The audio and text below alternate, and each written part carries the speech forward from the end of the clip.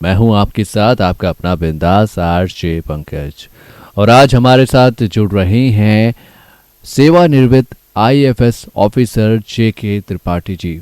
Sir, आप ambassador भी रह चुके हैं इंडिया टू जिम्बाब्वे के। स्वागत है सर आपका। धन्यवाद। सर, आप एम्बेसडर भी रह चुके हैं इंडिया टू जिम्बाब्वे के और सेवानिवृत्त आईएफएस ऑफिसर हैं। आपके सफ़र के बारे में बात करना चाहेंगे, जानना चाहेंगे। देखिए, मैं कोई पढ़ने में बहुत ही मेधावी या बड़ा कुशाग्र बुद्धि नहीं था। एवरेज से थोड़ा ऊपर था। फर्स्ट डिविजनर रहा हूँ। और आप लोगों ने 12th फेल देखी होगी, मैं भी फेल हुआ हूँ। हाँ, ये बात सही है। तो मैंने high school intermediate, high school first division, intermediate second division किया। बीएससी में 1 साल फेल हुआ, उसके बाद थर्ड डिवीज़न किया। फिर मैंने अपना डिसिप्लिन बदल ली। मैंने एमए पॉलिटिकल साइंस में किया, यूनिवर्सिटी में पोजीशन ली। लॉ किया, उसमें यूनिवर्सिटी में पोजीशन ली।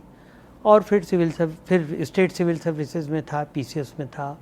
1 साल 1.5 साल वहाँ काम किया। और उसके बाद फिर 1981 में मैं भारत सरकार की सेवा में आ गया। तो ये इस तरह से रहा। लेकिन मेरा पहला प्रेम जो था वो एयरफोर्स में जाने का था।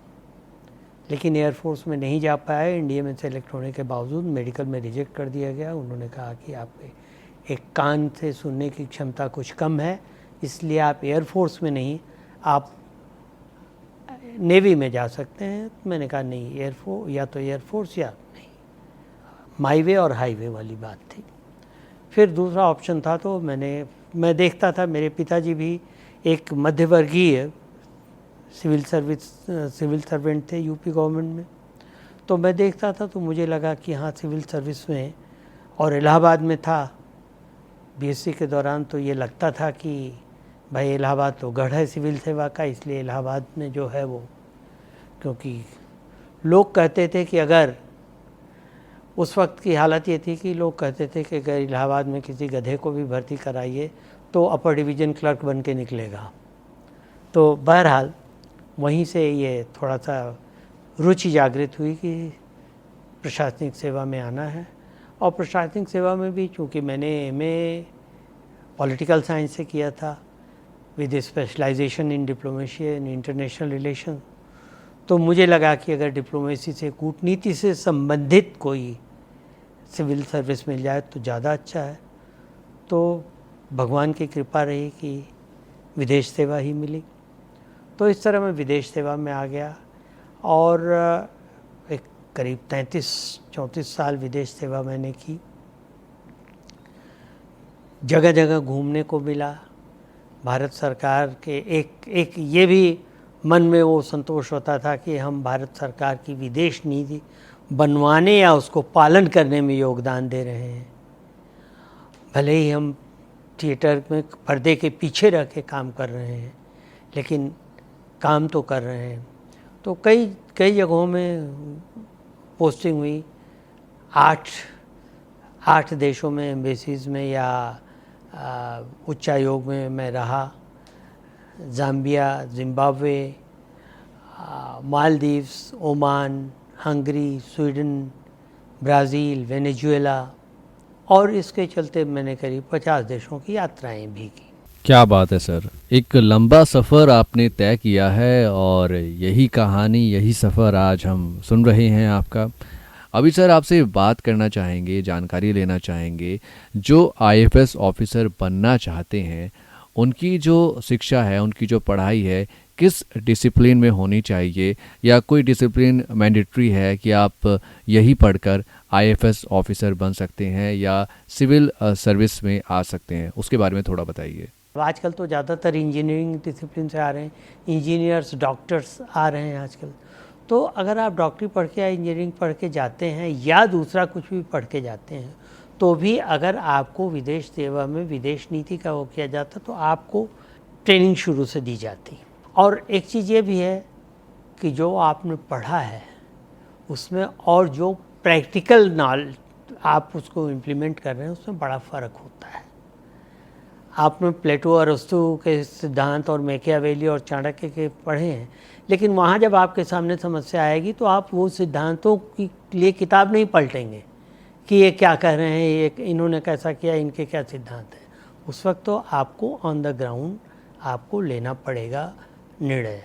तो लोग किसी भी बैकग्राउंड से जाएं, कोई ज़रूरी नहीं कि किसी बैकग्राउंड कि आप साइंस के ग्रेजुएट हों या आर्ट्स के ग्रेजुएट हों या सोशल साइंसेस के ग्रेजुएट हों, कॉमर्स के ग्रेजुएट हों, ये कोई ज़रूरी नहीं है। हाँ, एक चीज़ मैं अपने अनुभव से बताता हूँ, और मैंने भी अभी जैसे मैंने 3 महीना 2 साल से मैं IAS के इंटरव्यू की कोचिंग ले रहा हूँ, तो मैं अपने अनुभव से बताता हूँ कि जब भी प्रश्न पत्र सॉल्व करने की बात आती है, लिखने की बात आती है, तो ज़्यादा कतई मत लिखिए। जितना संक्षिप्त हो सके और जितना टू द पॉइंट हो सके वो ही लिखिए। और इसीलिए मैं कहता हूँ कि आजकल इंजीनियरिंग और मेडिकल के बैकग्राउंड वाले बच्चे ज़्यादा आ रहे हैं, और वो इंजीनियरिंग के सब्जेक्ट लेके नहीं आ रहे हैं। ऐसा नहीं कि इंजीनियरिंग वाले आ रहे हैं तो मैथ्स या मेडिकल वाले मेडिकल साइंस लेके आ रहे हैं। इंजीनियरिंग वाले sociology, economics, political science, international relations, anthropology, geography, history, इन विषयों को लेकर के आ रहे हैं। और कारण क्या है? कारण ये है कि उनको एक आदत पड़ी होती है संक्षेप में लिखने की। फिजिक्स, केमिस्ट्री, मैथ्स में या बॉटनी, जूलॉजी में आप कुछ अलग से कहानियाँ नहीं सुना सकते। आपको फार्मूला है या आपके पास कुछ एक तथ्य है, उसी तथ्य के अंदर रह करके आपको बात करनी है। तो इस सिलसिले में क्या होता है कि और ये इंजीनियरिंग और मेडिकल वालों को प्रैक्टिस हो जाती है छोटा किंतु सटीक लिखने की, और वो वहाँ काम आती है उनके।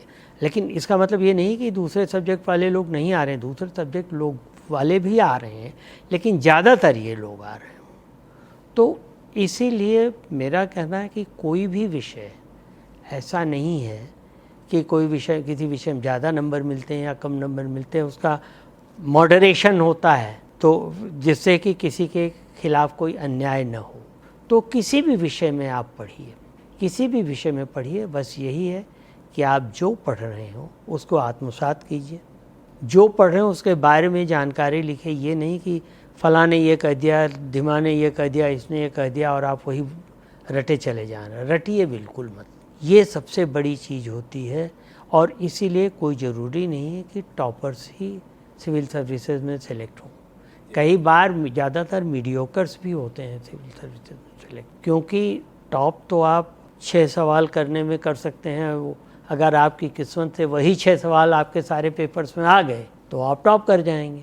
लेकिन सिविल सर्विसेज के लिए या किसी भी सेवा के लिए आपको तब विषय का ज्ञान होना जरूरी है। और विषय का ज्ञान मतलब पूरा ज्ञान, इम्पॉर्टेंट अनइम्पॉर्टेंट, की टू सक्सेस या कुंजी वाली बात नहीं होनी चाहिए यहाँ, ये मैं कहना चाहूँगा। जी सर, बिल्कुल। और उम्मीद है सिविल सर्विस की जो बच्चे, जो स्टूडेंट्स तैयारी कर रहे हैं, उन तक अगर हमारे ये इंटरव्यू पहुंच रहा है तो आपको ज़रूर कुछ ना कुछ सीखने को मिल रहा होगा, और ये बातें, ये टिप्स आपके ज़रूर काम में भी आएंगी। सर, अभी बात करना चाहेंगे सिविल सर्विस की जो तैयारी करते हैं उनके लिए ग्रेजुएशन कितनी इम्पोर्टेंट है, ग्रेजुएट होना कितना इम्पोर्टेंट है, उसके बारे में थोड़ा सा बताइए, थोड़ा सा इस बात पर प्रकाश डालिए। देखिए, ग्रेजुएट होना तो बहुत ज़रूरी, ग्रेजुएट होना तो मिनिमम क्वालिफ़िकेशन है, उसके बिना तो आप दे नहीं सकते एग्जामिनेशन।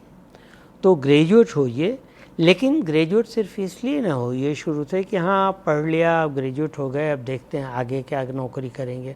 अगर आपका एक उद्देश्य है तो उस उद्देश्य को ध्यान में रख के आप ग्रेजुएशन के, अंडर ग्रेजुएशन की पढ़ाई कीजिए। और वो पढ़ाई जो है वो आपकी 1 दिन, 2 दिन, 4-6 महीने की नहीं होनी चाहिए। आपको आदत डालनी पड़ेगी पढ़ने की, आपको आदत डालनी पड़ेगी सोचने की। ठीक है, आप फिजिक्स, केमिस्ट्री, मैथ्स में या जूलॉजी, बॉटनी में हैं, उसमें आप ये करते हैं कि हाँ भाई ये फार्मूला लगता है या ये इक्वेशन होती है तो ऐसा होता है वहाँ भी, लेकिन आपको ये बताया जाता है कि कोई फार्मूला या कोई इक्वेशन लगती है तो कैसे किया जाता है। मुख्य चीज़ जो देखिए होती है सिविल सर्विसेज में, एक तो आपका सब्जेक्ट होता है जिसमें आप चूज़ करते हैं, आप चुनाव करते हैं किसी विषय का, और आप उसी विषय का आमतौर पे व्यक्ति उसी विषय का चुनाव करता है जिसमें उसको आत्मविश्वास होता है कि वो उसमें सफल होगा। तो वो तो आमतौर पर हर कैंडिडेट का विषय होता है, एक्सपर्टीज़ होता है। मुख्य लड़ाई जो होती है वो जनरल स्टडीज़ में होती है, इंटरनेशनल अफेयर्स में होती है, करंट अफेयर्स में होती है। अब जनरल स्टडीज़ का ये मतलब नहीं कि आपने 4 किताबें ले लिया, एग्ज़ामिनेशन का फॉर्म भरा और 2 महीने में आप 4 किताबें रटने की सोच गए। नहीं, बिल्कुल वो नहीं हो सकता। आप अगर अपने आँख कान खोले रखें तभी आप जनरल स्टडीज़ कर सकते हैं। मेरे कहने का मतलब ये है कि आप कुछ भी पढ़ें, कोई भी चीज़ पढ़िए, जासूसी उपन्यास पढ़िए, फिल्म फेयर पढ़िए, कोई फ़र्क नहीं पड़ता, लेकिन जो पढ़िए उसको आप कायदे से पढ़िए, उसके बारे में जानिए। आप पिक्चर भी देखिए, मूवी भी देखिए, तो उसके बारे में जानिए। सबसे बड़ी बात ये होती है, अगर आपने कोई मूवी देखी, आप देख के 3 घंटा बिता के चले आए, आप नहीं जानते, आपको नहीं ध्यान रहा कि ये डायरेक्टर इसका कौन है, इसका स्टोरी राइटर, स्क्रिप्ट राइटर कौन है, उसने और कितनी स्टोरीज लिखी हैं, ये जो डायरेक्टर है इसने कौन सी सक्सेसफुल फिल्म दी हैं, तो कोई फ़ायदा नहीं मूवी देखने का। तो कहने का मतलब ये कि करंट अफेयर्स का मतलब कि आप अपने परिवेश के बारे में जानिए, वो सबसे बड़ी बात होती है। और जब तक आप उसके बारे और अपने परिवेश के बारे में आप 1-2 दिन की या ओवरनाइट नहीं जान सकते। अखबार पढ़िए, किताबें पढ़िए, जहाँ से भी कुछ भी पढ़ने को मिल जाए पढ़िए, उसको आत्मसात करिए, उसको सोचिए, और ये आपकी ग्रेजुएशन की पढ़ाई के साथ साथ चलना चाहिए। हाँ, ये मैं मानता हूँ कि not at the cost of your graduation, उस पढ़ाई की कीमत पर आप ये सब न पढ़िए, वो पढ़िए लेकिन उसके साथ साथ ये साथ साथ पढ़िए, थोड़ा बहुत करके ही पढ़िए। एक बार आपको आदत पड़ जाएगी पढ़ने की, समझने की, क्योंकि कोई चीज़ होती है तो क्यों होती है, क्या हुआ, कैसे हुआ, ये आपको जानना ज़रूरी है।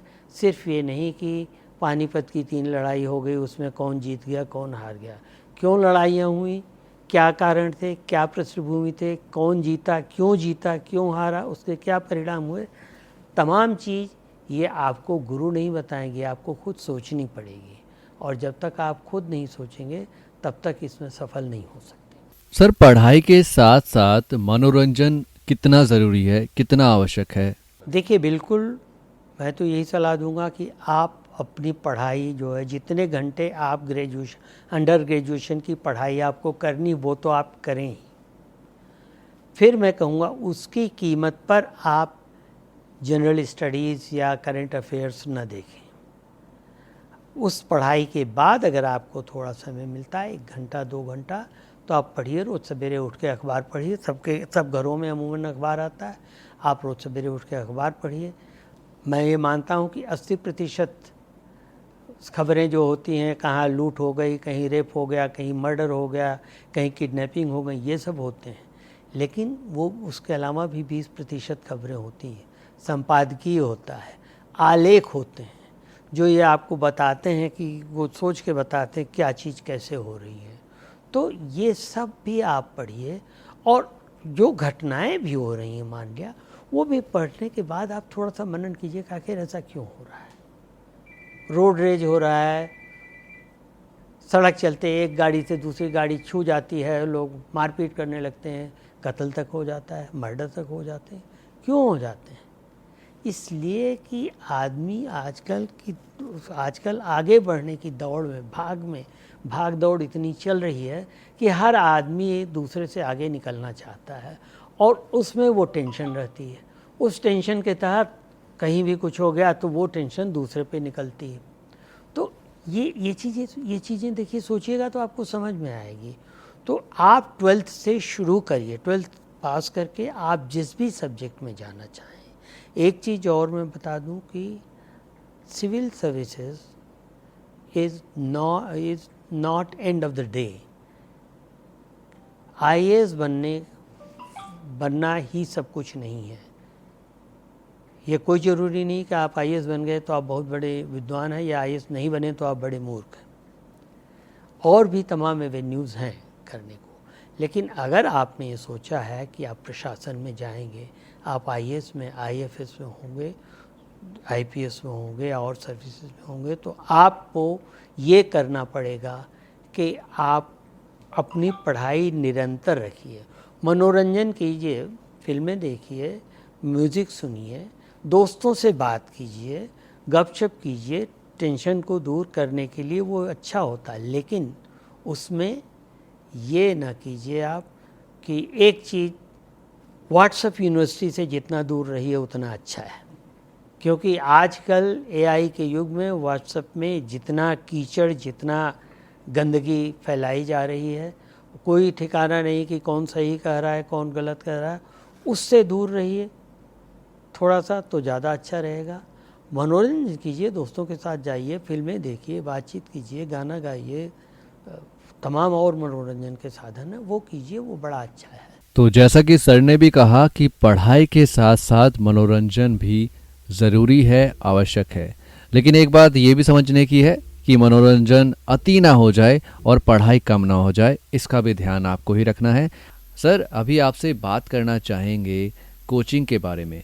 क्या कोचिंग ज़रूरी है, या आप घर पर रहकर भी पढ़ाई करना चाहें तो पढ़ सकते हैं, और पढ़ेंगे अगर घर पर रहकर तो कितना वो कारगर होगा? इस पर थोड़े से अपने विचार रखिए। ये कोई ज़रूरी नहीं है कि आप कोचिंग लें। पहली चीज़ तो ये है, कितने बच्चे बिना कोचिंग के भी आते हैं।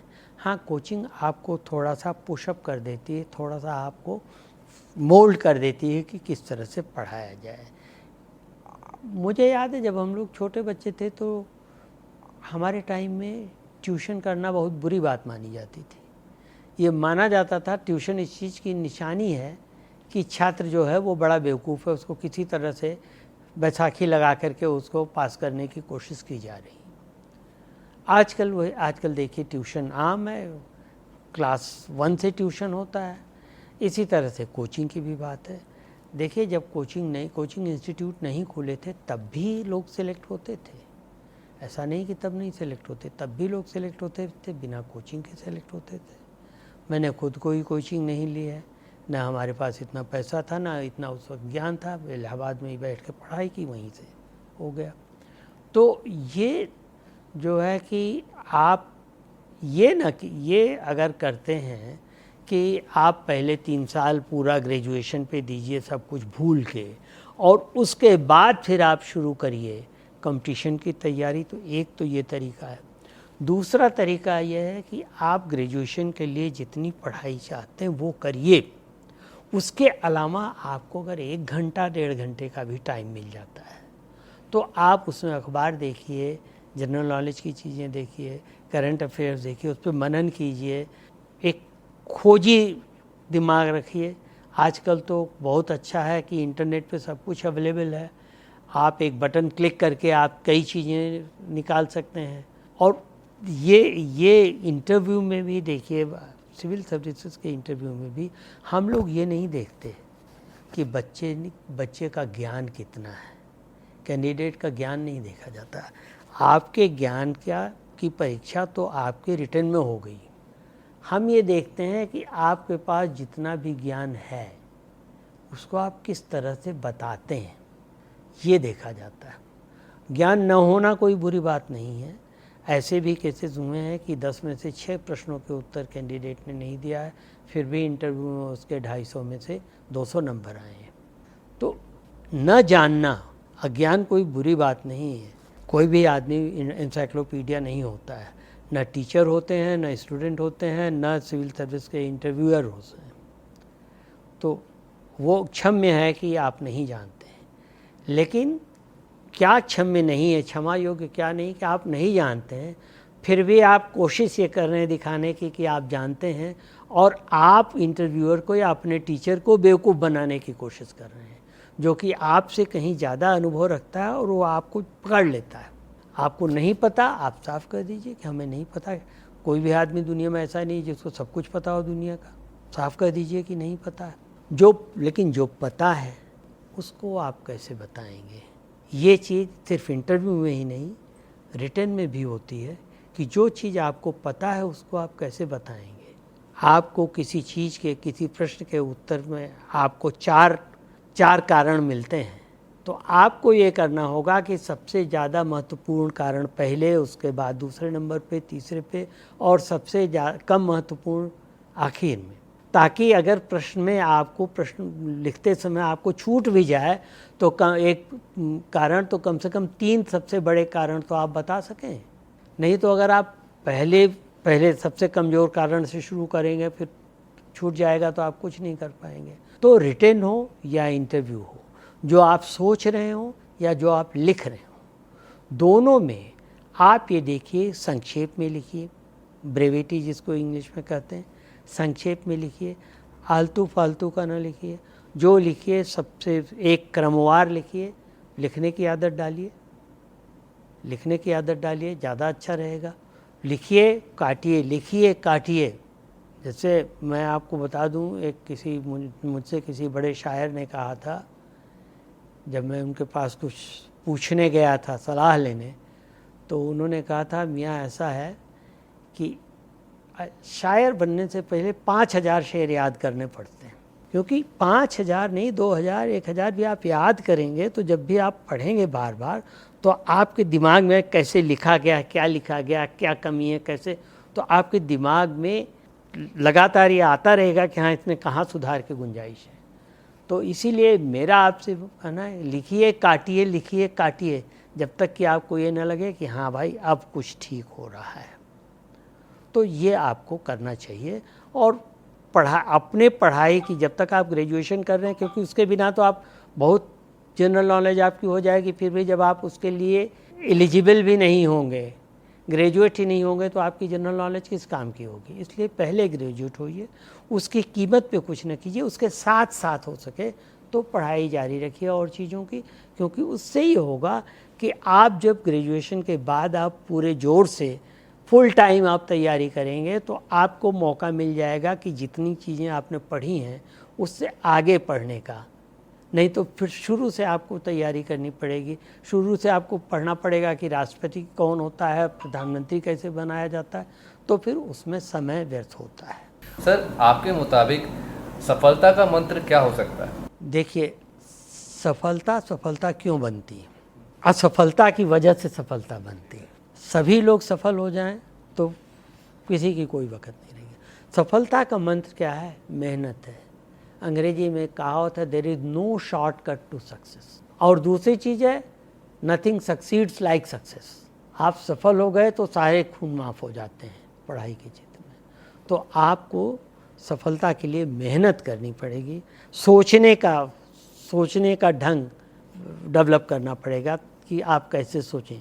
ये नहीं कि कह दिया कि, जैसे मैं आपको एक उदाहरण देता हूँ, एक किसी इंटरव्यू में था, ये पूछा गया कि राज्य की परिभाषा क्या है। कैंडिडेट ने शुरू किया, अरिस्तु के हिसाब से ये है, चाणक्य के हिसाब से ये है, मैकियावेली के हिसाब से ये है, हॉब्स के हिसाब से ये है, लॉक के हिसाब से ये है, सावरकर के हिसाब से क्या है, ये है। उन्होंने पूछा, वो सब तो हमें पता, आपके हिसाब से क्या है बताइए। तो आप तब तक नहीं बता सकते जब तक आपने खुद न सोचा हो कि ये इतनी परिभाषाएं, लेकिन हमारे हिसाब से क्या होना चाहिए। तो जब तक आप सोचने का नज़रिया नहीं रखेंगे तब तक कुछ नहीं होगा। इसलिए सोचिए, विचार कीजिए। अच्छे विचार भी आएंगे, बुरे विचार भी आएंगे, लेकिन विचार कीजिए कि क्यों ऐसा होता है, क्यों ये चीज़ हो रही है। आखिर कोई चीज़ हो रही तो वो क्यों हो रही, कोई बात हो रही तो वो क्यों हो रही। और इसको तो आपको नहीं पता है, सोचने पे भी नहीं पता लगता, तो इंटरनेट पे जा सकते हैं। आजकल तो इंटरनेट की सुविधा है। सोचिए, इतने जो दार्शनिक, जो राजनीति शास्त्री हुए थे 1000-2000 साल पहले, उनके पास तो कोई इंटरनेट नहीं था, वो तो बेचारे सोचते ही थे। घंटों महीनों सोचते रहते थे तब कोई निर्णय निकलता था। आजकल तो आपके पास ये सुविधा है, तो इसका सही उपयोग कीजिए, सोचिए।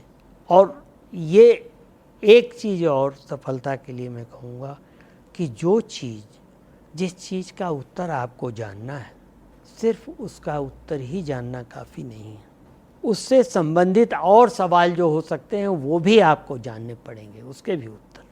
अगर आपसे पूछा गया कि भाई कोई चीज़ जो है क्यों, जैसे न्यूटन का नियम है कि कोई चीज़ अपनी स्थिर अवस्था में ही रहेगी जब तक उस पर कोई बल न लगाया जाए, अपनी अवस्था में रहेगी।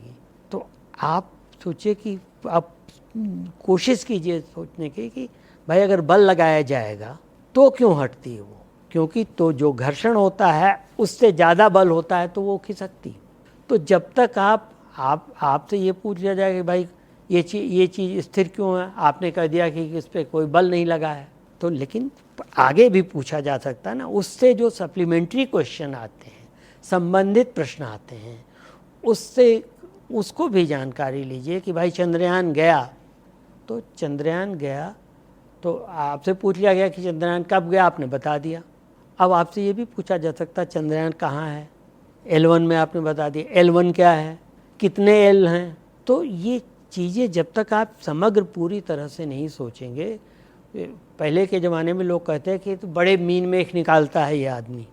आजकल मीन मेख निकालिए, आप जो भी आप पढ़िए उसमें मीन मेख निकालिए, उससे और ज़्यादा इधर उधर का संबंधित प्रश्न वो कीजिए, ताकि कोई भी प्रश्न उसके अगल बगल का भी आ जाए तो आप उस पर तैयार रहिए।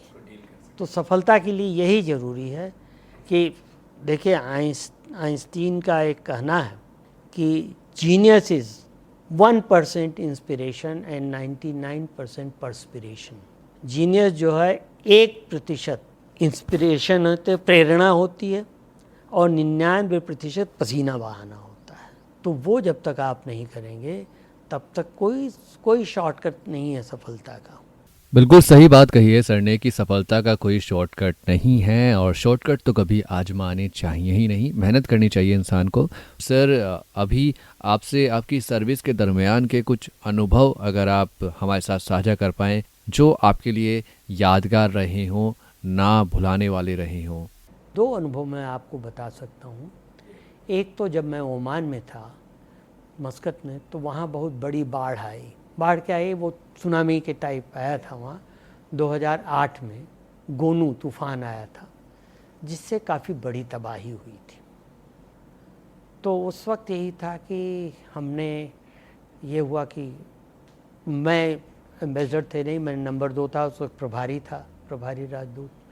तो ये हुआ कि राहत कार्य किया जाए और उसके लिए बड़े पैमाने पे पैसे की ज़रूरत थी।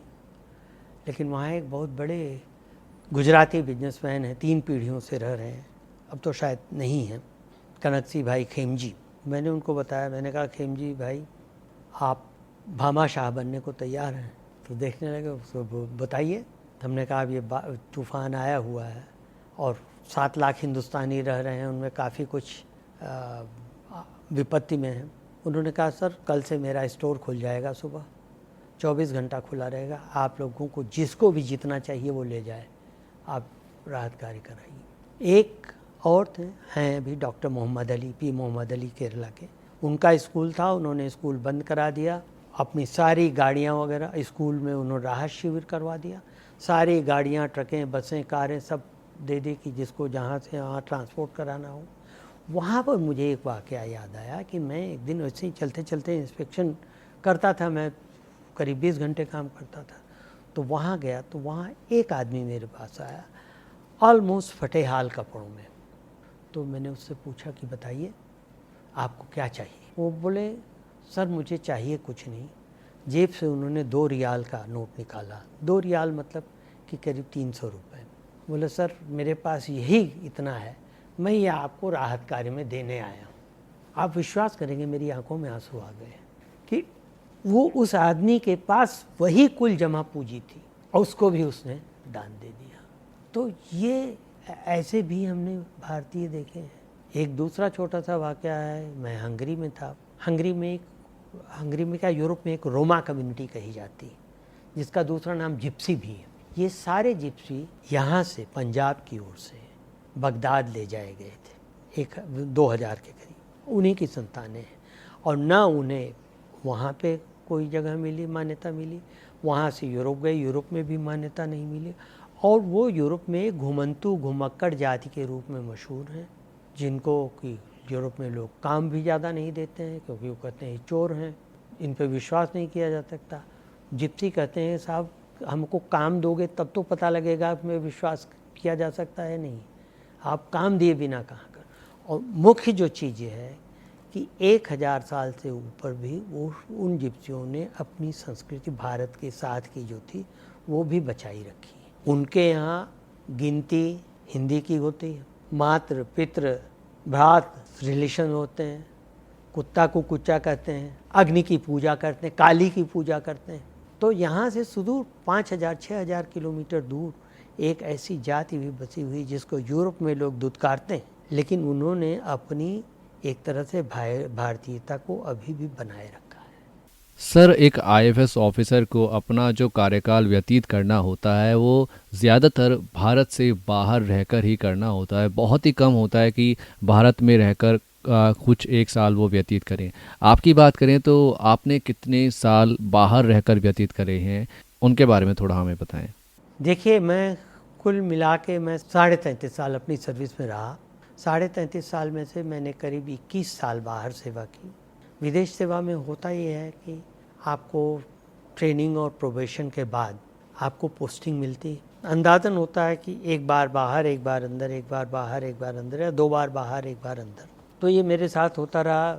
आखिर के 12 सालों में ऐसा रहा कि मैं लगातार बाहर ही रहा, एक के बाद एक 4 देशों में। तो मैंने 8 देशों में एम्बेसी में अपनी सेवाएं दी, अलग अलग स्तरों पर। और जैसा कि मैंने बताया कि इसके अलावा जैसे छुट्टियों में घूमना वगैरह या ड्यूटी पे कहीं और भेजा जाना, तो 50 देशों में उसके अलावा और मैं रहा। और हर देश का अपना अलग अनुभव है, हर देश का अपना। अब जब मैं पहले जाम्बिया में गया था, एकदम काले लोगों के बीच होटल में रुके, ये हुआ कि खाना खाया जाए, सरकार के पैसे से रुके थे, ऑब्वियसली खाना आया तो ये कहा गया भाई हम वेजिटेरियन हैं। तो उन्होंने ब्रेड और चिकन करी ला के रख दिया, बोला ये वेजिटेरियन है। तो उन्होंने कहा भाई ये तो वेजिटेरियन नहीं है, ये तो नॉन वेजिटेरियन है। उसको ताजुब हो रहा था वेटर को कि हम चिकन नहीं खाते। उसके बाद उसको समझाया तो उसने कहा अच्छा ठीक है हम वेजिटेरियन ले आते हैं। वो एक प्लेट ले आया, चिकन अलग रख दिया, उसका शोरबा हमसे कहा लीजिए हो गया वेजिटेरियन। बहरहाल हमने वो लिटरली चावल, नमक और मक्खन खा के पेट भरा। और शुरू में बहुत बदबू आती थी क्योंकि वो लोग जो मांस ज़्यादा खाते हैं, ख़ास तौर से हर तरह का मांस जो खाते हैं, तो उनके शरीर से एक अलग वो होती है। शायद इसीलिए हमारे बंगाली लोगों को बाबू कहा गया था मुग़लों द्वारा, कि जिनके शरीर से मछली की बू आती थी। तो रहने में थोड़ा समय लगा एडजस्ट करने में। कहीं कहीं और भी वो होते हैं। अब जैसे अरब देशों में आप जाइए तो कहीं मीटिंग में जाइए तो साहब पहले वो कहवा पिलाते हैं आपको। 20 लोग हैं तो भी 4 कपों में कहवा आएगा। 4 लोग पी के, एक ने पी के दूसरे को वही कप बढ़ा दिया, क्योंकि वो भाईचारे का प्रतीक माना जाता है कि जूठा पी रहे हैं, एक ही कप में पी रहे हैं।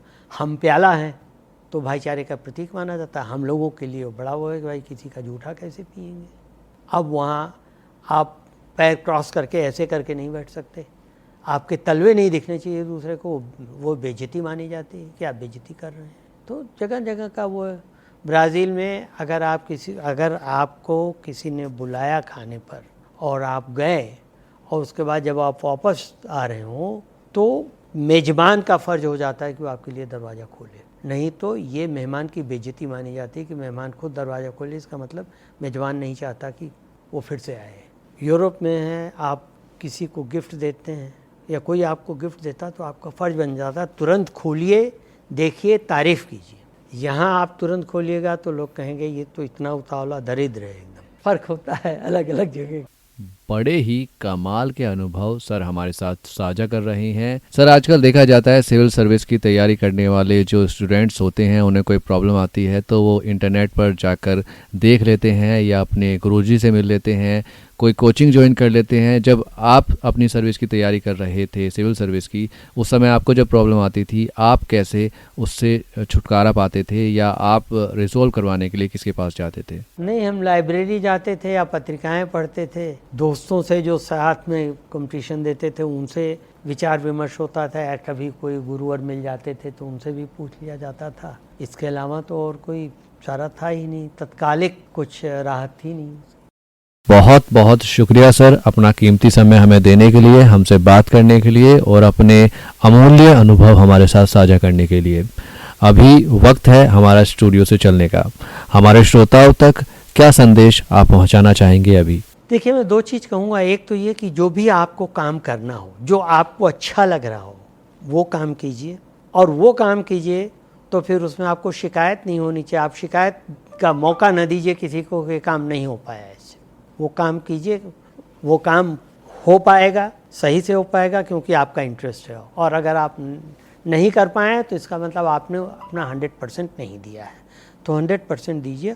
और एक सबसे बड़ी आखिरी बात मैं ये कहना चाहूँगा, सवाल पूछिए, सवाल करिए। सवाल पूछने से कभी न डरिए, ना अपने माता पिता से, न भाई बहन से, न अध्यापकों से, न दोस्तों से। सवाल पूछे बिना, सवाल से कभी न डरिए।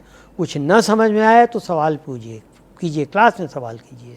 देखिए, हो सकता है आपका सवाल जो आप कर रहे हो बेसिक सवाल हो, कई छात्रों को, कई आपके क्लासमेट्स को पता हो, वो आपका मजाक उड़ाएं, वो कहें अरे ये कैसे हो सकता है, ये इसको बेवकूफ़ कोई भी नहीं पता इतना भी। हो सकता है आपके टीचर आपके खिल्ली उड़ाएं, कह रहे ये बेसिक क्वेश्चन है, इसका जवाब तुम्हें नहीं मालूम है। लेकिन आपको बताएंगे तो आपका पर्पस तो है कि आपको जो नहीं मालूम वो पता होना चाहिए, और आप पूछ करके ही पता करेंगे। नहीं तो आप इस डर से कि मेरी बेइज्जती होगी, मेरी हंसी होगी, आप सवाल नहीं पूछेंगे तो हमेशा के लिए वो सवाल आपके मन में सवाल बन के ही रह जाएगा। इसलिए पूछिए, बेधड़के पूछिए, बेहिचक पूछिए, चाहे टीचर डांटे भी, माता पिता भी डांटे, फिर भी पूछिए। अगर आपके दिन में कोई वो है, सवाल है, कोई प्रश्न है, कोई दुविधा है तो ज़रूर पूछिए, क्योंकि उसी से फिर आपकी दुविधा का अंत होगा। बिल्कुल सही बात है, ऐसा ही करना चाहिए। और ये संदेश था हमारे आज के खास अतिथि JK त्रिपाठी जी का, जो कि सेवानिवृत्त IAFS ऑफिसर हैं। बाकी मैं भी आपसे कुछ बातें कहकर जाता हूं कि आप अपना ख्याल रखिए, अपने आसपास साफ सफाई बनाकर रखिए, पेड़ पौधे लगाइए, हरियाली फैलाइए, पानी को बचाइए। घर से जब भी निकलते हैं और निकलते हैं 2 व्हीलर से तो प्लीज़ हेलमेट को लगाकर जाया कीजिए। 4 व्हीलर से जाते हैं तो सीट बेल्ट को लगाकर जाया कीजिए। बाकी हंसते रहिए, मुस्कुराते रहिए। Bye bye and take care.